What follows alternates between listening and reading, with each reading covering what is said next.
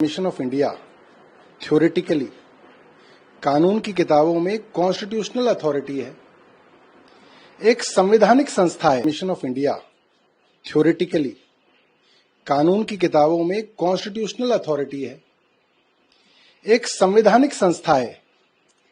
Supreme court एक दूसरी संवैधानिक संस्था है। तो एक संवैधानिक संस्था दूसरे संवैधानिक संस्था के अंदर हस्तक्षेप करने से पहले एक लक्ष्मण रेखा को देख रही है। ये थ्योरी है, ये कागज है, ये कानून है, मगर सच्चाई क्या है कि उस तथाकथित कॉन्स्टिट्यूशनल अथॉरिटी इलेक्शन कमीशन के अंदर कौन लोग बैठाए गए हैं? वो केंद्र सरकार ने अपने यस मैन चुन के चीफ इलेक्शन कमिश्नर और इलेक्शन कमिश्नर बना दिए हैं। तो समस्या सुप्रीम कोर्ट की सिर्फ ये है कि दूसरी कॉन्स्टिट्यूशनल अथॉरिटी के काम में ज्यादा दखलंदाजी करने से सुप्रीम कोर्ट बच रहा है। मगर फिर भी सुप्रीम कोर्ट ने जो निर्णय दिया है कि आधार कार्ड, पैन कार्ड और राशन कार्ड वैध माने जाएं और उन डॉक्यूमेंट्स को भी लिया जाए, ये एक अपने आप में बड़ा फैसला है और हम इसका स्वागत करते हैं। लेकिन ये कोई ऑर्डर नहीं है, बात मानी, लेकिन ये ऑर्डर नहीं है, उनकी तरफ से सुझाव दिया गया। समस्या क्या है? आप समस्या समझिए। समस्या है थ्योरी और प्रैक्टिकल की। थ्योरी में इलेक्शन कमीशन आज भी एक संवैधानिक संस्था है, तो सुप्रीम कोर्ट उसको आदेश देने से पहले थोड़ा सा लिहाज कर रहा है। मगर जो लोग उन संवैधानिक पदों पे बैठे हैं, उन्होंने लोक लिहाज सब त्याग कर जो है सीधा भारतीय जनता पार्टी के लिए कार्यरत है। तो एक जो संस्था है वो अपना दायित्व निभा रही है, अपनी लक्ष्मण रेखा भी देख रही है, और दूसरी संवैधानिक संस्था ने सब कुछ त्याग के खुल्लम खुल्ला भारतीय जनता पार्टी की एक प्रकोष्ठ की तरह, एक मोर्चे की तरह जो है काम कर रहे हैं। आरएसएस प्रमुख मोहन भागवत का अभी इनके बयान को इससे जोड़कर देखा जा रहा है कि जो प्रधानमंत्री को लेकर ऑपोजिशन कहते रहे कि 75 साल में रिटायर होने के बाद बीजेपी नींबू नहीं लाने। देखिए, राष्ट्रीय स्वयंसेवक संघ भारतीय जनता पार्टी की मातृ संस्था है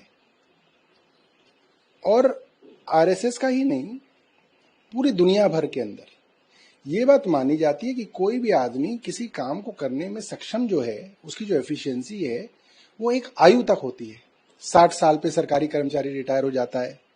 हाई कोर्ट, सुप्रीम कोर्ट के जज भी जो है 65 साल की उम्र में रिटायर हो जाते हैं। हालांकि आप देखिए, चंद्रचूड़ साहब जब रिटायर हुए वो अच्छे खासे थे, स्वस्थ थे, काम भी कर रहे हैं, यूनिवर्सिटी में पढ़ा रहे हैं, मगर उनका जो मेन काम है उसके लिए उनको कहा जाता है कि साहब अब आप और लोगों को आने दीजिए। और यही प्रकृति का नियम है। और ये बात सिर्फ प्रधानमंत्री जी के लिए नहीं है, ये बात नीतीश कुमार जी के लिए भी है।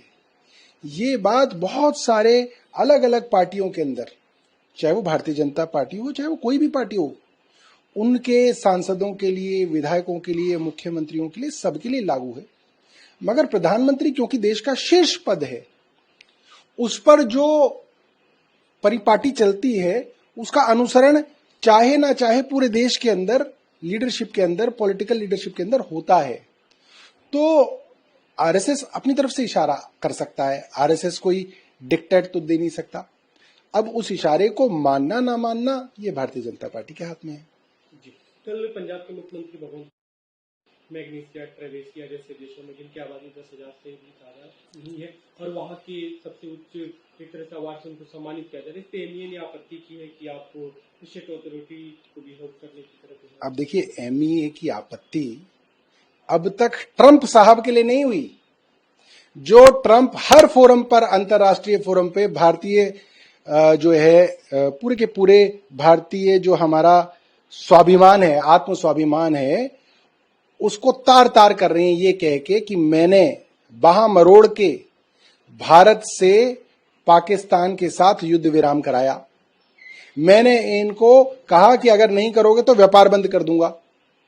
और एमईए मिमिया रहा है, एमईए मिमिया रहा है। उसके सामने हिम्मत नहीं है कि चिट्ठी लिखे अमेरिका को कि आप ये क्या बकवास कर रहे हैं। आप अपने मुख्यमंत्री को तो कुछ भी चिट्ठी लिख दीजिए।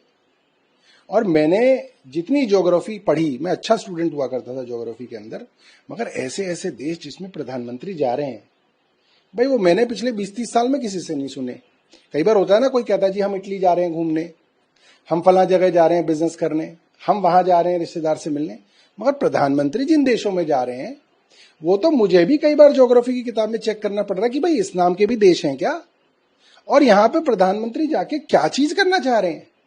जब आपको विदेश नीति के अंदर विदेश अलग अलग ताकतों की जरूरत थी तब आपके साथ कोई खड़ा नहीं हुआ।